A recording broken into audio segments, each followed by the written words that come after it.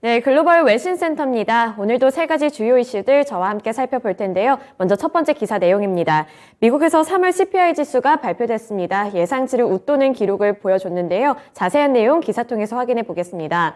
CNBC 보도 내용입니다. Consumer prices rose 8.5% in March, slightly hotter than expected, and the highest since 1981. 1981년 이후에 가장 큰 폭으로 치솟았다고 하는데요. 바로 자세한 내용 살펴보시죠. 미국의 3월 물가 상승률이 8%대를 나타내며 기록적인 상승세를 재차 경신했습니다. 미국 노동부는 3월 CPI 지수가 지난해 같은 기간보다 8.5% 올랐다고 발표했습니다. 이렇게 3월 CPI의 전년 동기 대비 상승률은 8%대로 치솟았는데요. 이는 40여 년 만에 최고 수준을 기록하게 된 겁니다.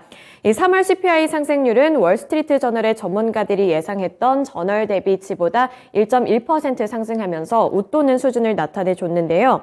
이 전월 대비 상승률인 0.8%와 또 전년 대비 상승률인 7.9%까지도 상회하는 수준을 보여줬습니다.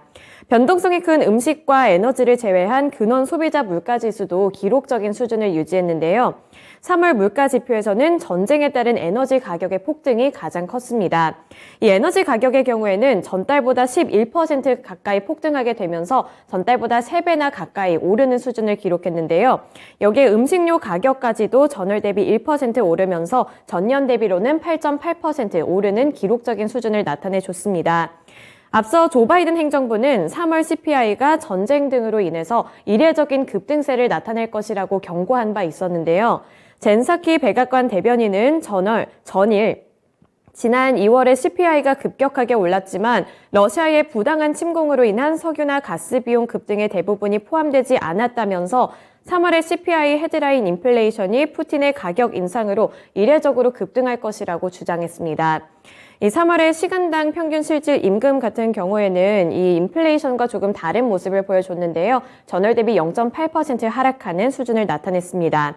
이렇게 인플레이션과 시간당 임금 이런 여러 가지 부분에 대해서 이 옥스퍼드 이코노믹스의 캐시 보스탄칙 미국 소속 이코노미스트는 러시아와 우크라이나의 전쟁이 에너지와 식료품 그리고 원자재 가격을 상승시켜서 이미 치솟고 있는 인플레이션의 압박감을 더 가중시켰다고 분석했습니다.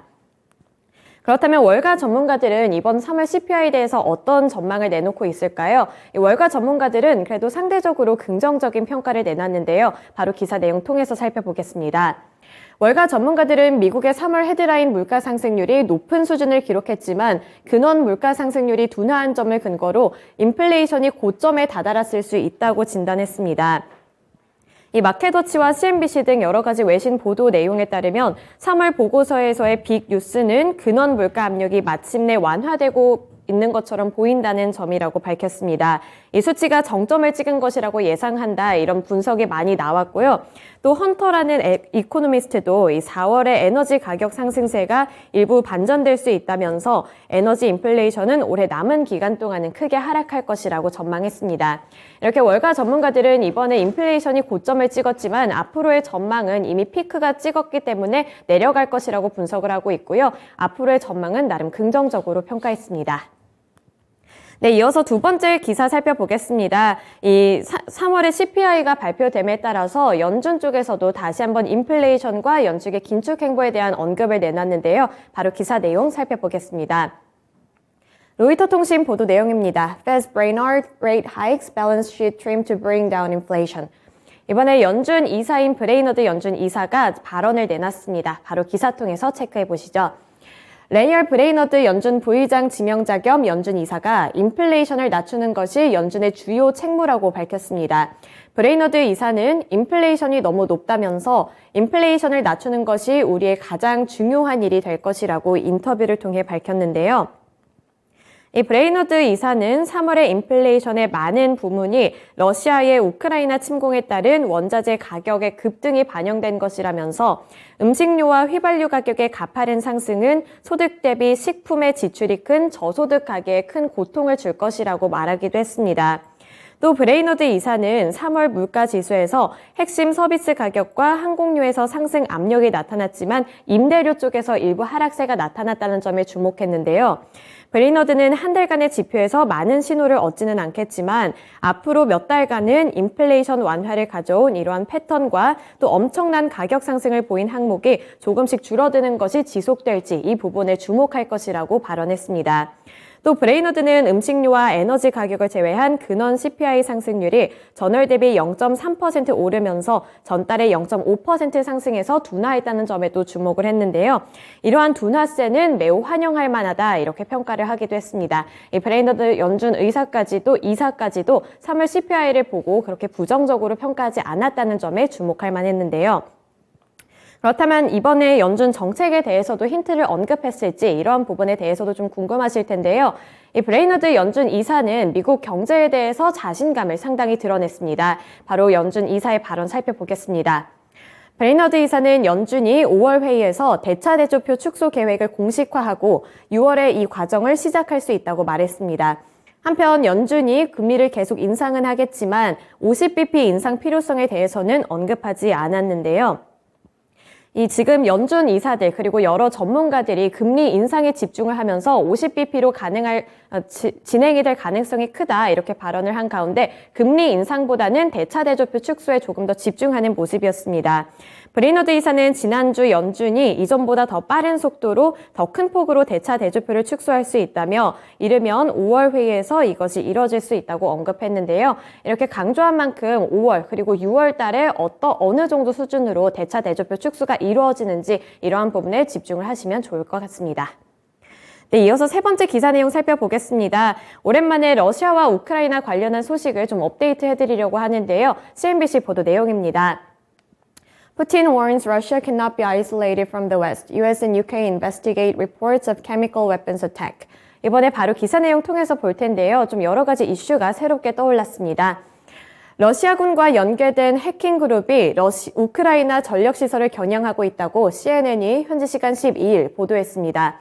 보도에 따르면 러시아군과 관련된 해킹 그룹이 우크라이나 전력 변전소에 침투해 전력을 차단하기 위한 악성 코드를 배포하려고 했다는데요.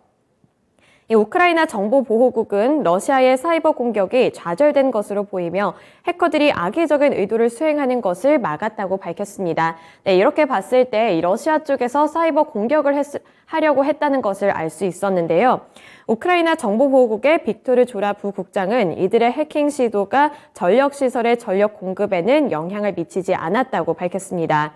이번 사건을 조사한 사이버 보안업체 SET에 따르면 해커들은 지난 8일 우크라이나 내 고전압 변전소에 악성 코드를 배포하려고 했는데요. 하지만 이런 시도가 다행히도 이렇게 성공하지는 못한 것으로 보입니다. 그 다음으로 또 이번에 추가 내용이 또 있었습니다. 미국 쪽에서 러시아의 화학 무기와 관련해서 좀 주장을 내놨는데요. 계속해서 좀 이런 갈등이 고조되는 양상은 지속되고 있습니다. 기사 내용 살펴보시면 토니 블링컨 국무장관은 러시아군이 우크라이나 항구 도시 마리우폴을 공격하면서 화학 작용제를 사용했을 수 있다는 믿을 만한 정보를 갖고 있다고 밝혔습니다. 다만 러시아군의 화학무기 사용과 관련해서는 자신은 이를 확인할 수 있는 위치는 아니라고 선을 긋는 모습을 보이기도 했는데요. 하지만 블링컨 장관은 이러면서도 러시아군이 포위된 우크라이나 전투원과 민간인을 무력화하기 위해서 강한 증상을 일으키는 화학작용제를 섞은 최루가스를 포함해 다양한 폭동 진압 작용제를 사용했을 수 있다는 믿을 만한 정보를 갖고 있다고 설명을 한 건데요.